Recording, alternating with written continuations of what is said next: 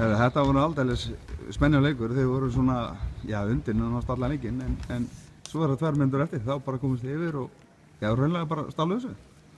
Þetta var bara hörkulegur leikur og bara fínn leikur frá Stjörnunni í dag og við bara okkur var fyrirmun að komast yfir.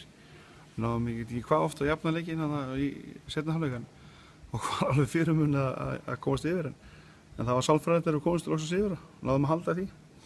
Komumst einu stig yfir og þá fór held ég leikurinn 4-5 posisjónir en við varum mjög ánægðir hvernig við börðumst í vörðinu og heldum þeim í 9 stigum í 4. leikluta og það skilaði sér í. Og sóknin, eins og sé, vörðin rúlaði mikið betur en kannski sóknin og það var kannski það sem bara svona að endanum svona hélt liðinu. Þetta er alltaf saman spekið þegar þú spilar almennilega vörð og þá farið sjálfstraust við sóknuna og það gerist bara einn dag. Við spilum ljómandi fína vörð og sérstaklega í 4. leikluta